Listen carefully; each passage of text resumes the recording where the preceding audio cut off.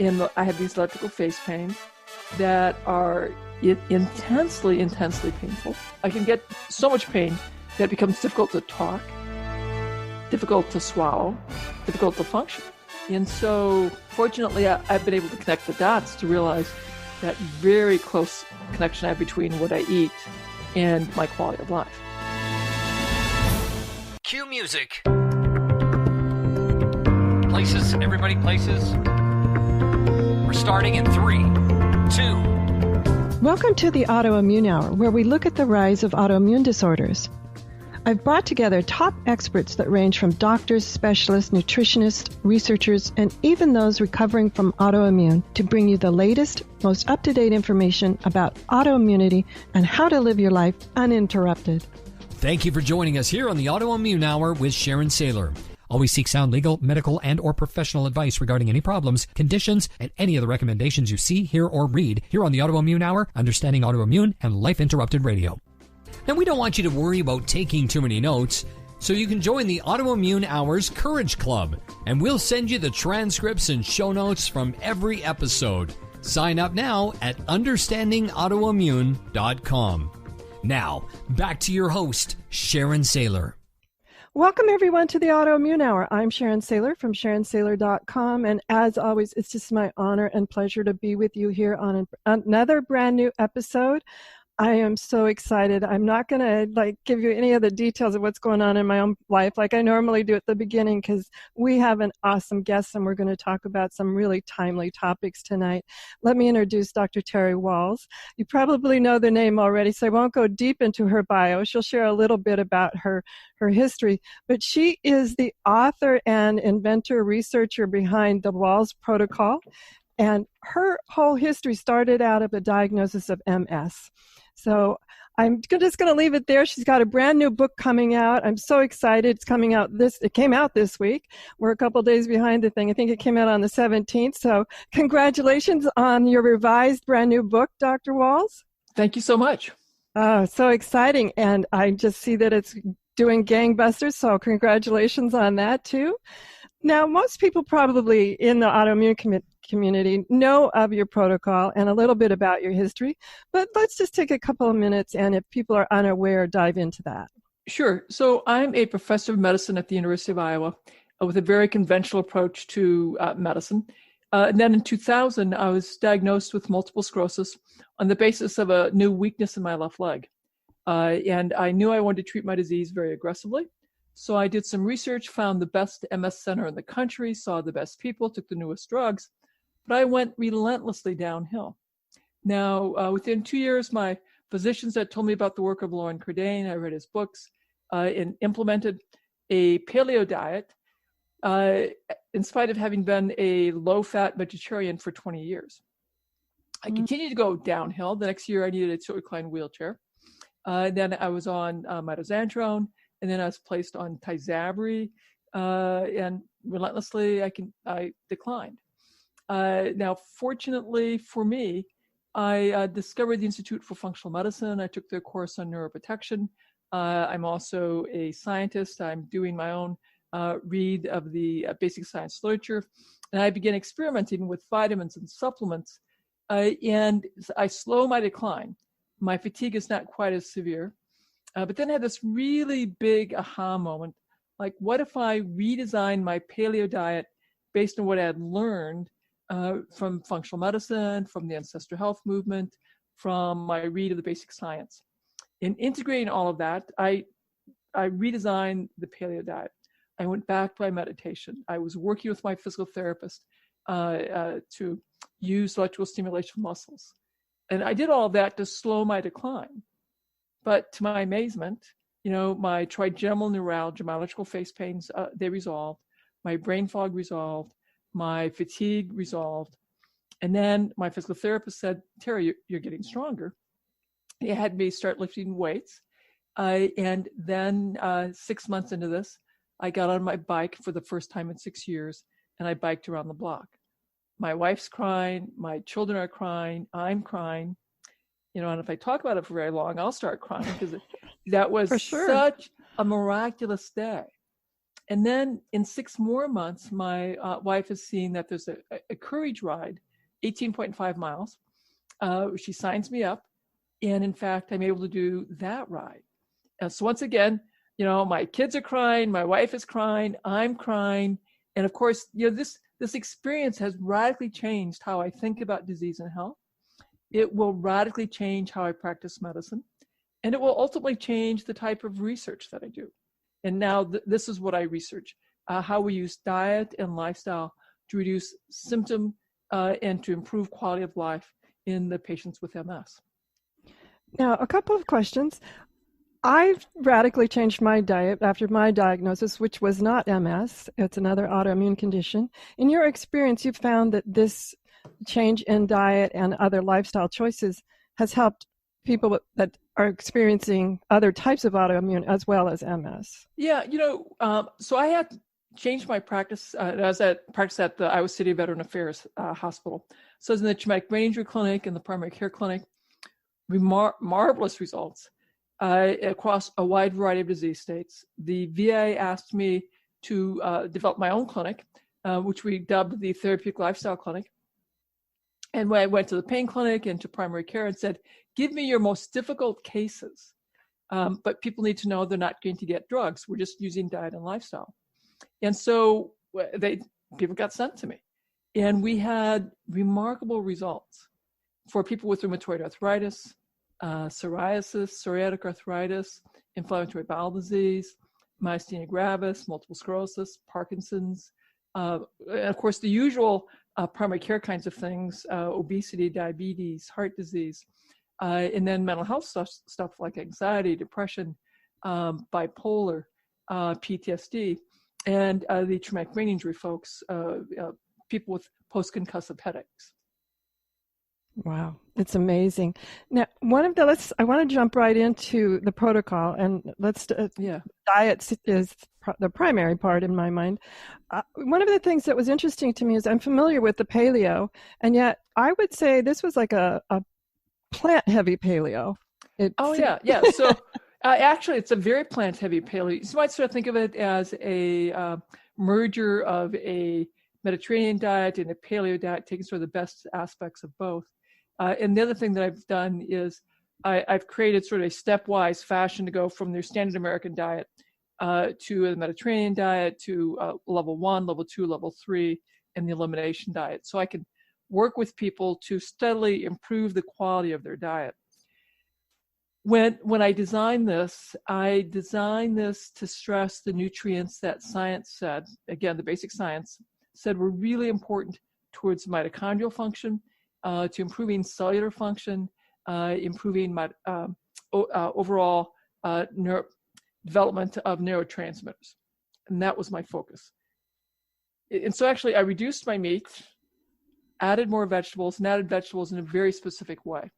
And as much as I love the paleo diet, and everyone knows I'm a huge fan of the paleo diet, I have to remind everyone that it was not enough to recover me.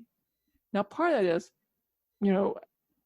I'd had my trigeminal neuralgia for 20 years. And so I had probably much more extensive disease and clearly continued to decline even 4 years after I adopted the paleo diet.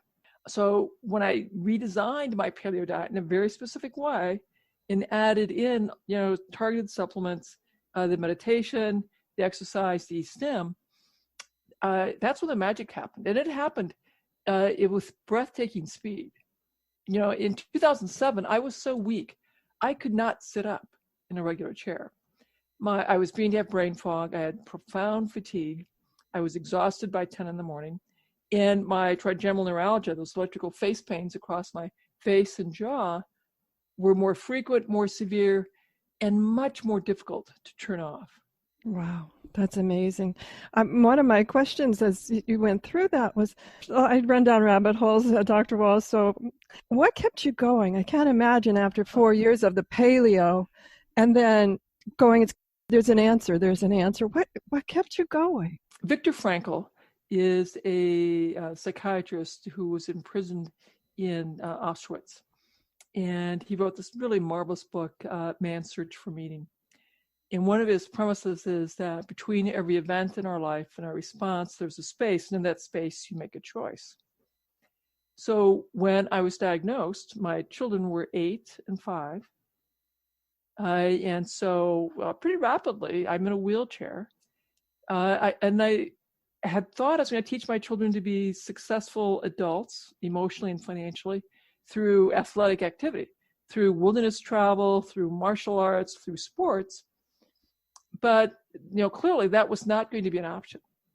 But I knew I needed to, that was my why, my purpose, my mission. And every day I'm like, okay, but I can still model, you don't give up. You keep going to work. That, yes, life is not fair, but if I gave in, if I gave up, I'm modeling that when life gets difficult, you just give up. And I knew that was not what I wanted to model. And so every day I did my little workout, which of course kept getting smaller and smaller and smaller and smaller as I was getting more and more disabled. As I'm doing, my swimming, because we put a pool in my house, my endless pools, I was doing my swimming. My little mantra in my head was, your kids are watching.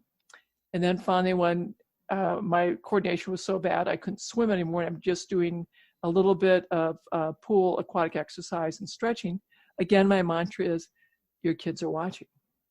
And both of my kids, at about the same age for each of them, as I could do less and less, we were giving my children more and more chores. And so they're helping set the table, helping with the laundry. And, my children are very upset. Mom, none of my friends know anything about laundry soap. They know nothing about dryers. This is so unfair. And I'm like, oh yeah, man, I understand. This is unfair. And it's really unfair that I'm not able to do this. Yeah, that's not fair. I said, and it's really not fair that I have MS and that life's getting more difficult. But I have to go to work every day, and you have to do your chores every day. And yes, it's too bad, but life is not fair. And so they'd stamp their feet and say, Mom, I think you're glad you have MS, so you can lecture me about chores. And of course, they're both horrified that I tell that story now, but I reassure them that all the adults understand that was age appropriate, crazy talk that kids absolutely. do at that time. It was sort of interesting as I recovered, and I would talk about the gifts that I got from having MS and the gifts I got from going through the years of trigeminal neuralgia. That I feel like it has been a huge gift. That I've learned so much and I've benefited so much.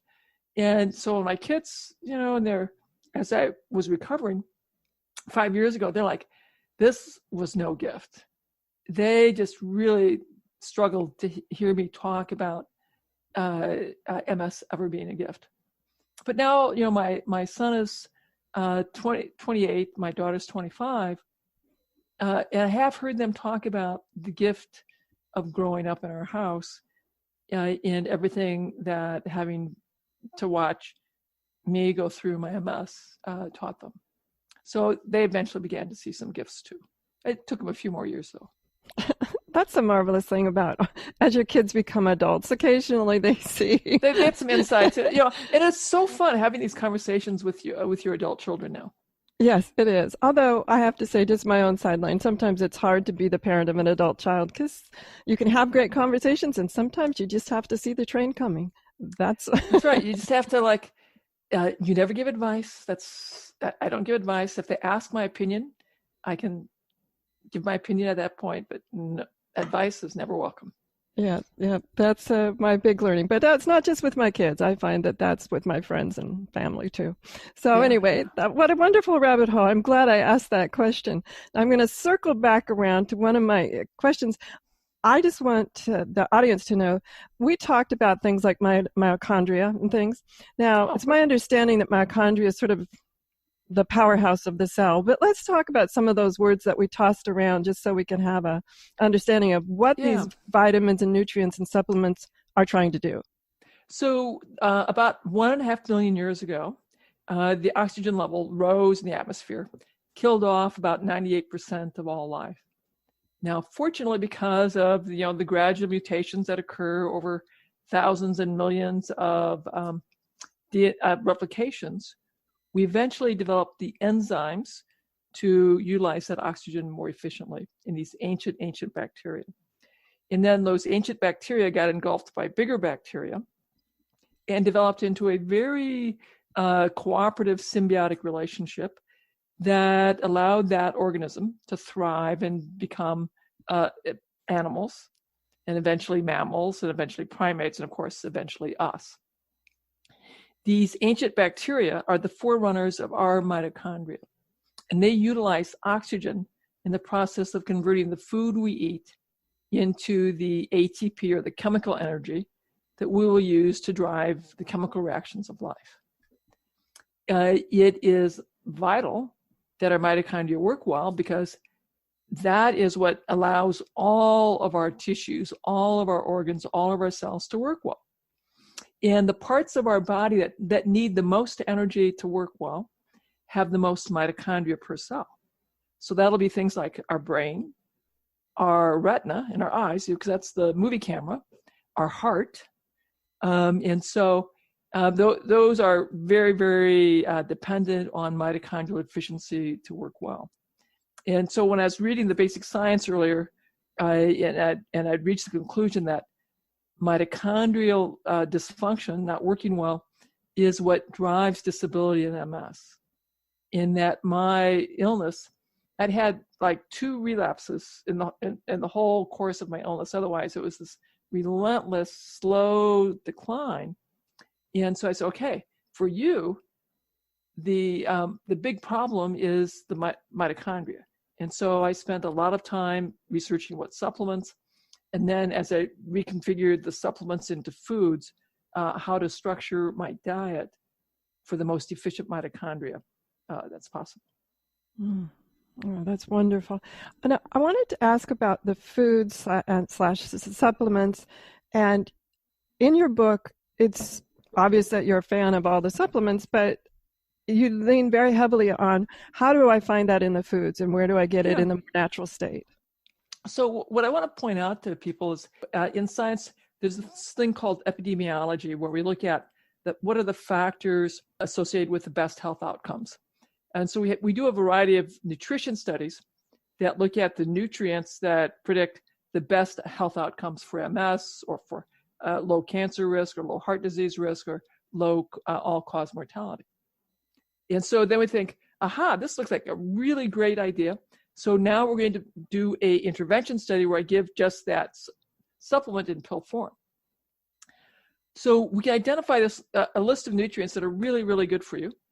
But when we give it to people in supplements, it's very disappointing, because food is vastly more complicated than supplements.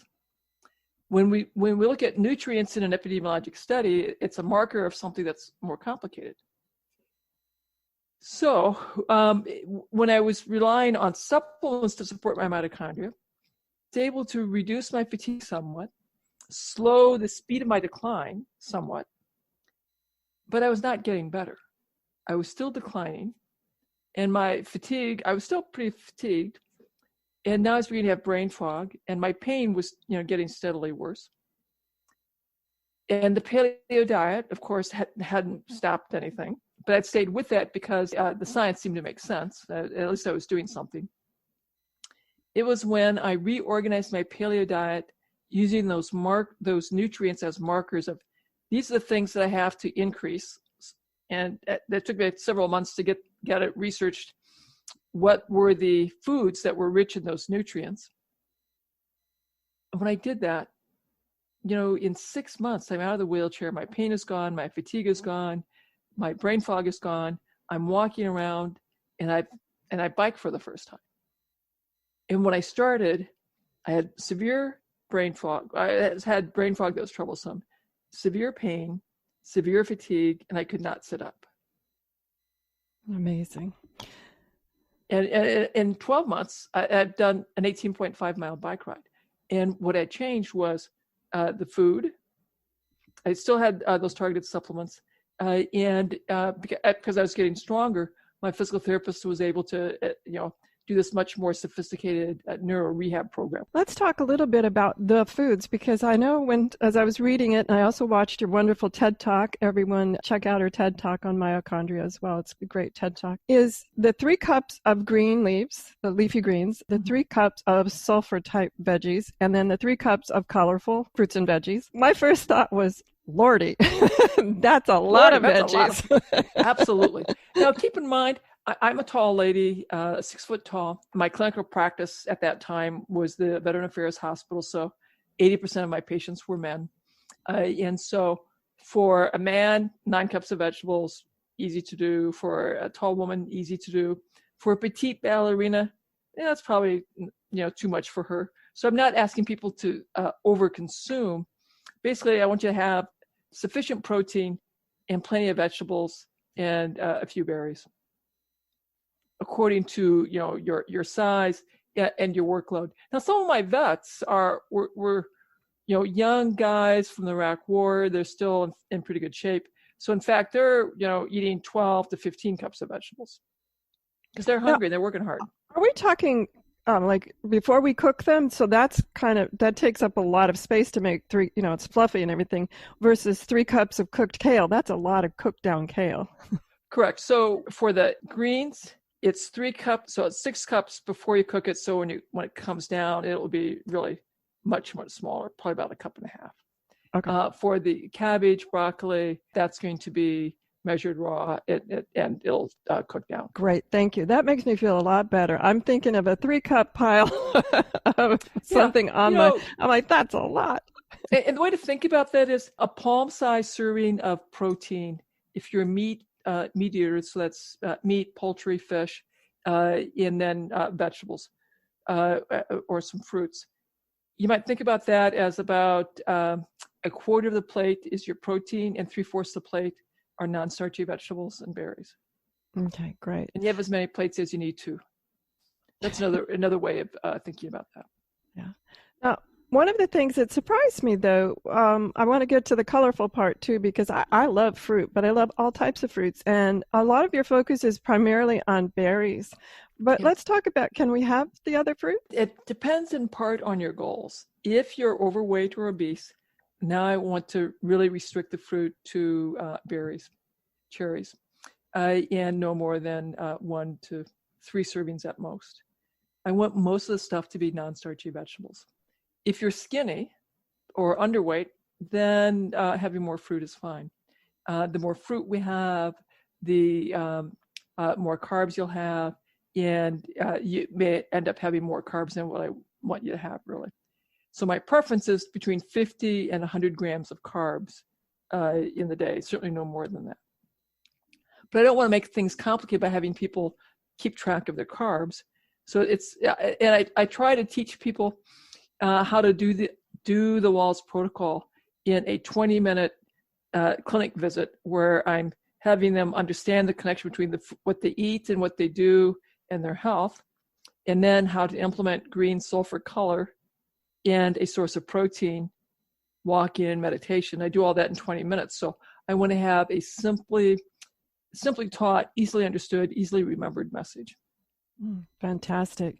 And we're going to leave it right there as we take a quick commercial break. When we come back, I want to talk to Dr. Wahls some more about, there's so much talk about food allergies and eliminating whole groups of food. So we're going to talk about that kind of information that we get all the time when we come back. Life Interrupted Radio will return after these messages from our sponsors. It's great sponsors like these that keep this show coming to you every week.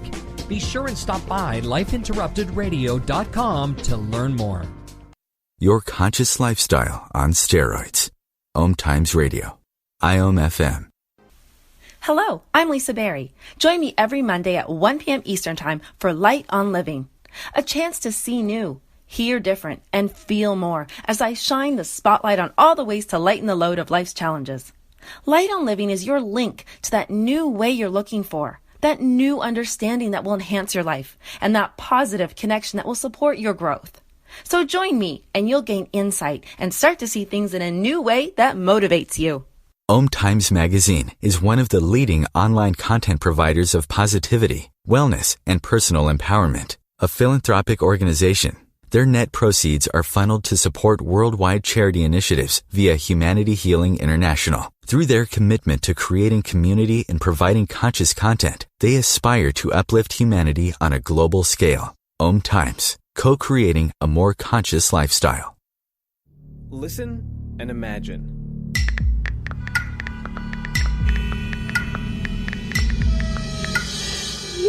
It takes 5 seconds to send a text, and for those 5 seconds, you're driving blind. Life is worth more than a text. Stay alive. Don't text and drive. Visit StopTextStopWrecks.org, a message brought to you by the National Highway Traffic Safety Administration, Project Yellow Light, Noise, and the Ad Council.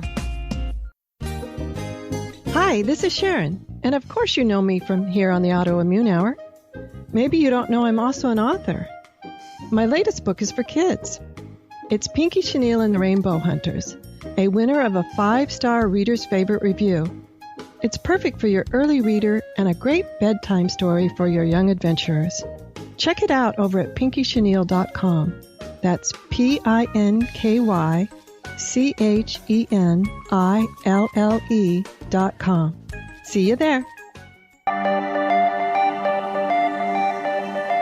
Welcome back, everyone, to the Autoimmune Hour. I'm Sharon Sayler from SharonSayler.com. And tonight we're here with the amazing Dr. Terry Wahls, the author of the Wahls Protocol, as well as other great programs and ways that we can help ourselves through our autoimmune journey. And I'm absolutely fascinated by her story of recovery from MS as based on, I'll say, mostly nutrition. She's done other things, mindfulness and things like that. But one of the things, Dr. Wahls, I want to jump on because I hear it all the time, and I actually, in my mind, have a few food sensitivities. I notice that gluten gives me headaches. But what is this about food allergies, and do we worry about it on your protocol? Yes. So we have foods that we exclude because they're at risk of causing an adverse reaction, and foods that we stress or recommend. On the foods to exclude, gluten, dairy, and eggs, those are the 3 basic I want everyone to take out. And then you may, after 90 days, retest to see if you can tolerate eggs. And some people will tolerate the eggs. Gluten and casein, so gluten, the protein in grain, casein, and many common grains, wheat, rye, barley, casein, the protein in dairy, can be recognized and develop an abnormal immune response that rev up your innate immune cells, drive up your cytokines, and increase your inflammation. In my case, if I have any of those 3 foods, the gluten, the casein, or the eggs, I'll begin to have abnormal sensation across my face, and then those electrical jolts of pain from the trigeminal neuralgia. And so I have everyone start removing those 3 foods, and then we ramp up the green sulfur color in a source of protein. And I have a different set of directions for the vegetarian and vegans than I do for the meat eaters.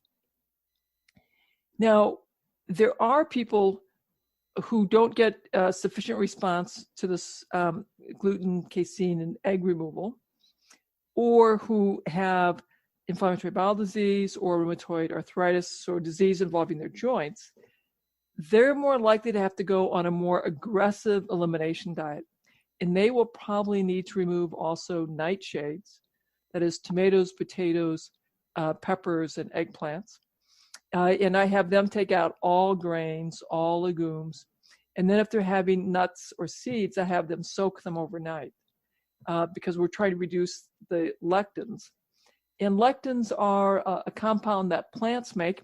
You can think of that as an insecticide that the plant makes to kill the insects and other things that are trying to eat the plant. I didn't know that. Wow. Okay. What a great visual. Yeah. And so what happens is, depending on your underlying genetics, you may be more susceptible to those lectins. I'd say most people are not. And in our clinics, most people do perfectly fine with Wahls level 1 or level 2. But again, some people don't get enough response. Then we go on to the elimination diet. Or if they are having problems with inflammatory bowel disease or a autoimmune disease involving their joints, those I suggest the elimination diet. And for some people, they're like, "Oh, that's too hard." I'm like, "Okay, that's fine. We'll start where you're ready to start." and make changes more incrementally. You know what I find interesting, though? I just want a little rabbit hole here about that's too hard. That wanders through my mind. The little person on my shoulder might jump up and say, oh, that sounds hard, Sharon. Yet I often talk myself out of it. Like, yes, well, is the pain or the headache or whatever list, it seems just as hard or harder. But people are ready to make the changes at the time they're ready to make the change. What I've learned from my time with the vets at the VA is that I'm not into arguing with my patients. Let's say you came to see me and I said, look, you have inflammatory bowel disease. You're probably going to need the elimination diet. And then I described it. And if you're not ready, we can start further down with a simpler program. And we can start the Mediterranean diet or removing gluten, dairy, and eggs and just do Wahls level 1. Either of those possible for you. And you'll either say yes or no. And if you say no, like, okay, well, what I'll have you do then is work with my dietitian to improve your diet, or just go back to your primary care doc, work with them. And if you decide at some future point you're ready to work with us, give us a call. I'm not going to argue with you because I don't know what's going on. It might be that your spouse is dying of pancreatic cancer, and this really is not the right time for you to take on that stress. So I offer choices, I offer possibilities. I explain why I've made that recommendation. And they're ready or not. And if they're not ready, then I can offer another alternative. And if they're not ready for that, like, okay, that's fine. I can have you work with the dietitian if you're interested, or just go back to your primary care doc and come back when you're ready. And that has worked beautifully for us. Oh, I'm sure it has. I'm the type who finds out she gets diagnosed with an autoimmune disease and, gosh, jumps into the research and then starts a podcast. Yeah. So we're all different. We're all different, and we have to be empathetic. When we look at our friends, our colleagues, our extended family, we all have people that we love and care about who are addicted to sugar, or who may be addicted to tobacco, or may have a substance abuse problem, or may have had a problem with gambling. And we know people that we love and care about who struggle with that addiction. So it's painful. It grieves us to watch them, and we're ready to help them. We'll still love them. And unfortunately, the food companies have learned how to create foods and hire food scientists at very good money to design foods that create cravings, addictions, dependence, and withdrawal symptoms if you aren't getting your fix of those high sugar, high glycemic index foods with all these food additives in them. And also, so often they're socially acceptable and are part of our culture. When you watch the commercials and things, people are having a good time while they're eating a variety of these things. There's a whole host of reasons why it is so difficult, which is also, as I listen to the political debates about the healthcare problem in this country and what's the appropriate solution in getting access to healthcare, I feel sad that I think the politicians, whether you're a Republican, Libertarian, or a Democrat, or any of the politicians I've heard, they're all arguing about the wrong stuff. We should be talking about food quality and regulating the ingredients in food so that it's cheaper to buy vegetables than to buy soda. And, and that we could shape, until we can address that, this will be a very difficult problem to solve. However, people like you doing these podcasts to get this information to the public so the public can be more aware of just how powerful our choices are at laying the groundwork for improving our health. That's fantastic. And I know when I changed my diet, and I'll put my hand up, it wasn't easy. There were plenty of times where it's not easy. Wanted to, and there's still times where the little thing pops up on my shoulder and says, oh, just have, it's a party, just enjoy. Oh, absolutely. And so people watch me eat and go to parties and decline all this yummy food. And my response is, after decades of intense suffering from my trigeminal neuralgia, ironically enough, I now see this as this tremendous gift, because if I have the wrong food, this is not for future benefit. If I have the wrong food in 6 to 12 hours, 24 at most, My face pain, my sensation is abnormal. And I have these electrical face pains that are intensely, intensely painful. I can get so much pain that it becomes difficult to talk, difficult to swallow, difficult to function. And so, fortunately, I've been able to connect the dots to realize that very close connection I have between what I eat and my quality of life. And that's such a gift. I know it was years that I kept being diagnosed with sinus infection. And finally, I found a physician who, trying to think of the test, but it was some sort of test to see, is there truly inflammation in these sinuses? They keep getting, quote unquote, infected. Lo and behold, it turned out after a little bit of understanding, when I'm exposed to gluten, it mimics a sinus infection. Oh. You tap on the sinuses, it's like, ow, ow, ow. It feels like a sinus infection and everything else. And so now when I get these sinus infections, I think back and like, when and where in the past 48 hours could I have been accidentally glutened? Yeah. And that's part of what I teach at our seminar is we talk about, helping people understand their biosensor. What are those subtle symptoms that you have that are an indication of more trouble to come? So I help people tune in to what are my biosensors, what are my subtle symptoms, and then I help them identify what's that checklist that I can go through to say, like, okay, what food might have been my trigger? What toxins might have been my trigger? What stress, emotional stress, might have been my trigger?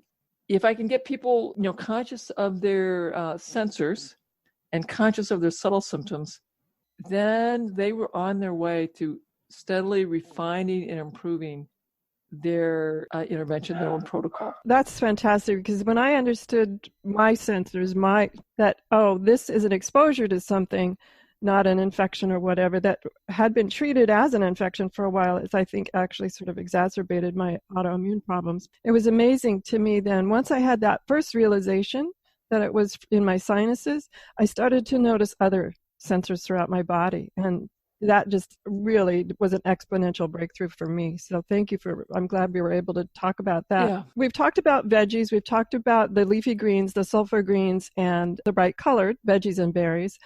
I want to ask about the proteins, the meat proteins, and your view of that. And, I'm mindful that some people have a strong spiritual belief that's very important to them to be vegetarian or vegan. So we do have guidance for them, gluten-free grains and legumes, cooked preferably in a pressure cooker. For the meat eaters, my guidance is, and actually also for everyone, you want to have a wide variety of foods. So I want you to have a wide variety of meats. So have poultry, have fish, have lamb, have pork, if that's, again, culturally acceptable to you, beef, bison, again, according to your cultural values. That diversity of plant foods, both of the meats and of the plant species, adds to our metabolic resilience. Then, of course, I also talk about these radical things known as organ meats. So having liver once a week, having a heart ideally once a week, having oysters, mussels, clams, that these are superfoods that have a lot of creatine, carnitine, coenzyme Q. They'll have a lot of fat-soluble vitamins in them as well. They are a superfood. However, liver, very potent superfood, also has a lot of retinol or preformed vitamin A.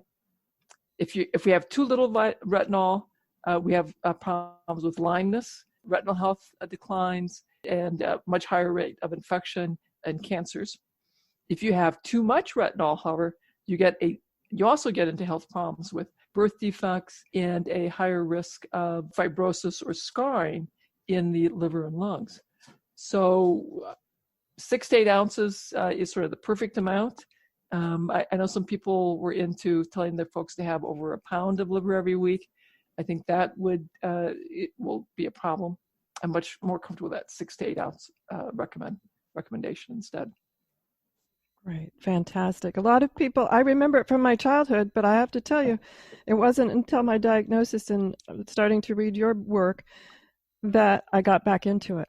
I as a child, I had a lot of organ meats. Yeah, we had liver once a week, and if you complained, you got a second piece. So by God, you ate your liver. Did we have the same parents? I think so. And we had head cheese. My mom boiled up the whole head and sort of ground it up, and actually it was quite tasty. And I have my great-grandmother's Compendium of Cookery and Modern Book of Knowledge from 1890. And in there, there's a lot of recipes about liver and onions and preparing organ meats. And of course, the animals were harvested and you consumed all of the animal, snout to tail.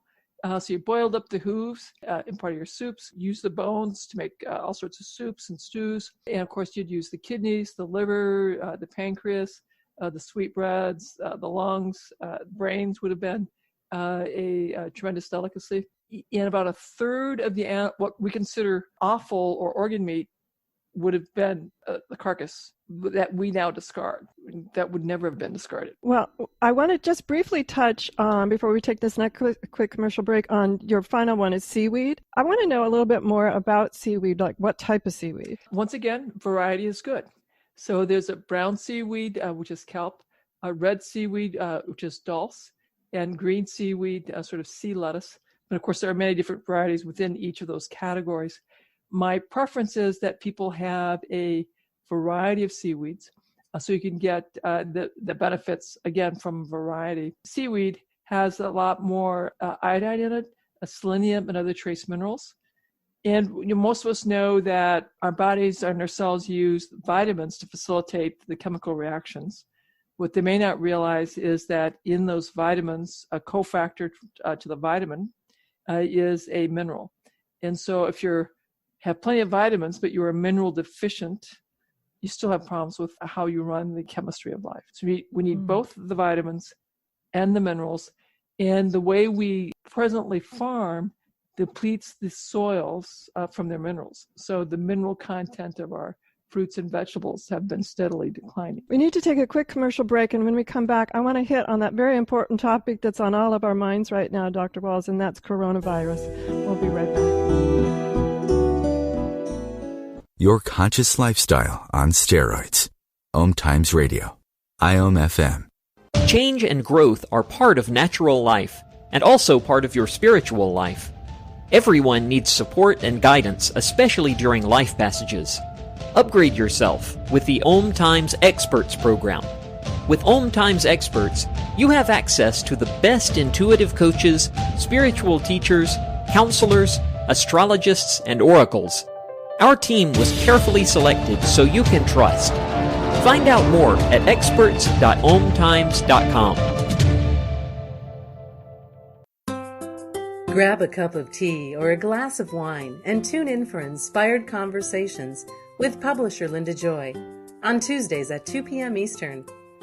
Linda creates sacred space for leading female luminaries, empowering authors, heart-centered female entrepreneurs, coaches, and healers. A soulful venue where guests openly share the fears and obstacles they've overcome, wisdom and lessons learned, and the personal journey that led them to the transformational work they do in the world. Inspired conversations to empower you on your path to authentic, soulful living. Research shows we apologize up to 10 times a day, and most of the time, we say sorry as a response to someone else's mistake. What if we thanked people instead of all that unnecessary apologizing? So instead of saying, sorry, I'm rambling, you say, thank you for listening. Join us at projectforgive.com, a free, non-religious resource on global forgiveness.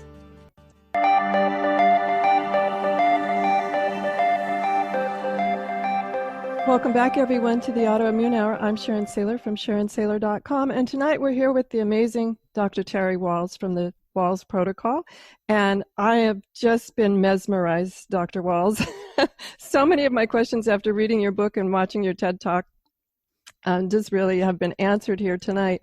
But I want to diverge on a topic that really is timely. Let's talk about the coronavirus. Yeah. Well, as the CDC and the government, various federal and state officials are talking to the public, they identify that if you're 60 or older, you're at higher risk. If you're taking a disease-modifying drugs that suppress your immune system, you are at higher risk. And so for those of us with an autoimmune disease, and many people are on some type of disease-modifying drug.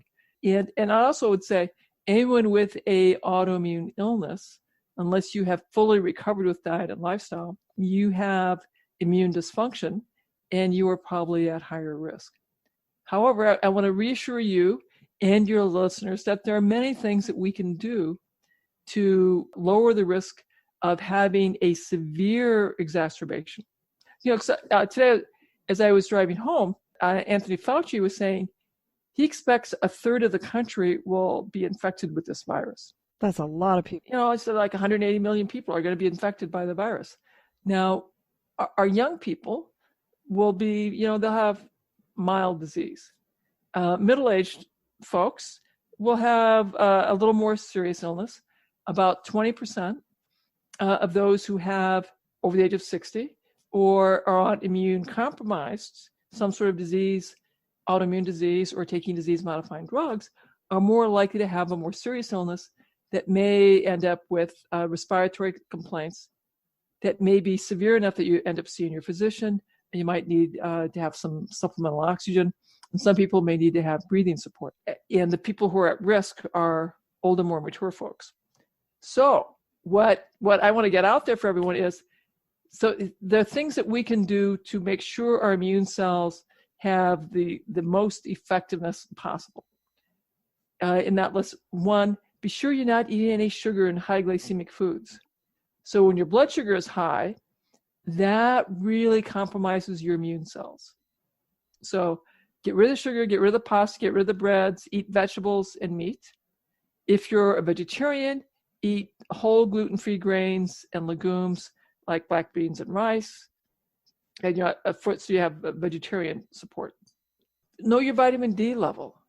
If your vitamin D level is low, again, that makes your immune cells much less effective. And so, on my website, terwahls.com, there's a web page in there where you could go order your own vitamin D level. And then you could see okay, my vitamin D level is good. I'm in good shape. Or if it's not in the top half of the reference range, then I would take some additional vitamin D supplementation. That would be really helpful. Another thing that you can do that, again, very, very helpful is having more fermented foods. We know that having a healthy microbiome really helps set the tone or the strength of our immune cells. So having more sauerkraut, more kimchi, more fermented foods would be very helpful. Having enough fiber in your diet so you're passing an easily passed soft bowel movement every day. So to that end, I use inulin, I use sauerkraut, kimchi, and if I'm feeling constipated, I have bigger salads, more raw vegetables. If, on the other hand, you have inflammatory bowel disease, and you're having diarrhea and loose stools, you need less fiber, and so now it's more bone broths, more soups, more stews, and you're backing off on all the raw vegetables and fruit. Fantastic. Now, what about things like vitamin C and other things like that we've heard about? So vitamin C would be very helpful. And it looks like in China, what I'm reading is that IV vitamin C was given. I want to remind people that we can't make our own vitamin C. Most animals can make their own vitamin C. Humans cannot. So this is perhaps why Linus Pauling indicated that if you have an acute viral infection, he recommended taking a high dose vitamin C orally. Certainly, I think taking a daily vitamin C supplement through all of this may be appropriate. And you could talk to your primary care doc about what dose might be appropriate for you. Somewhere between 100 and 500 milligrams may be appropriate. Yeah, and as with all of this, be sure and check with your primary care doctor on all of this. But that's fascinating to know. Yeah. And of course, the usual washing hands and sanitizing your space. And so, yes, and you can think about washing hands. It's so automatic to touch your mouth, your nose, your eyes, and we're doing that just automatically without even thinking about it. Washing your hands, soap and water, incredibly helpful. Avoiding crowds, avoiding plane rides, avoiding cruises, avoiding any activities where people are in close proximity. If I am 6 feet away from someone, it's much harder for the droplets, respiratory droplets of mucus that has the virus in it, to reach the next person.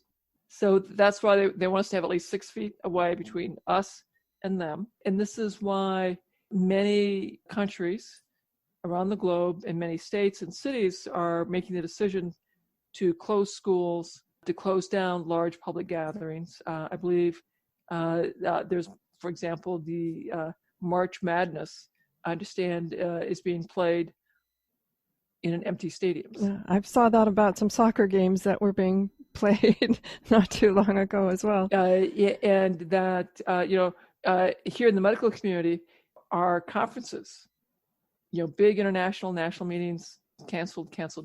So the March meetings are canceled. The April meetings are canceled. My team and I were talking about a big MS meeting in May that we'd like to go to, and that we're presenting our research at. And we're like, well, what do you think? We're going to go? We don't know. That's mine. It's just taking it one day at a time, one new information at a time. Take it one day at a time, and then make contingency plans for how we get our work done in these trying times. And I want to say, trust our intuition. I don't know about you, but a couple of times I've heard someone sneeze, and my intuition is just swing a little bit to the right, or just swing a little bit away, or I just listening to that more. And we've had to make adjustments with the book presentations and the lectures, the book signs, and book events that we were going to do because I'm concerned about travel for everyone. I'm concerned about congregations, and so we keep having conversations every day. What events should happen and what events need to be rescheduled into the future. Fantastic. And it allowed us to have you here on our video as well as audio. Everyone, be sure and check it out on YouTube if you're listening to the podcast, and vice versa. You can listen to it as a podcast if you're watching us on YouTube.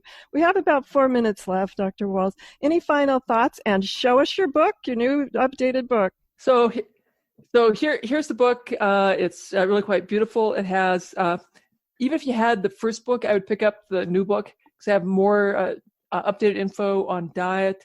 We talk about histamines, oxalates, FODMAPs. We talk more about fasting, time-restricted eating, periodic fast, ketosis, what labs to monitor, how to work with your primary care doc.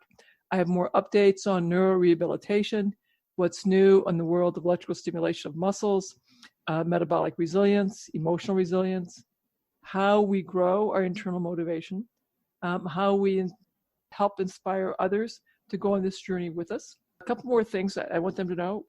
We'll be recruiting people to my next study, which is a diet and lifestyle without drugs for the newly diagnosed MS patient versus taking drugs, again, in the newly diagnosed MS patient or the newly diagnosed clinically isolated syndrome patient. And they can reach out to us at msdietstudy@healthcare.uiowa.edu. So I want to be sure, again, that's msdietstudy@healthcare.uiowa.edu. I have a huge in-person event, the Wahls Protocol seminar, that we host every summer. That'll be in August. Everything should be well quieted down by then. But we also have a virtual option where we teach people all these concepts. We have a beginner's track, a advanced track. We laugh, we sing, not necessarily in tune. We dance, not necessarily on the beat. And we practice the skills that we teach.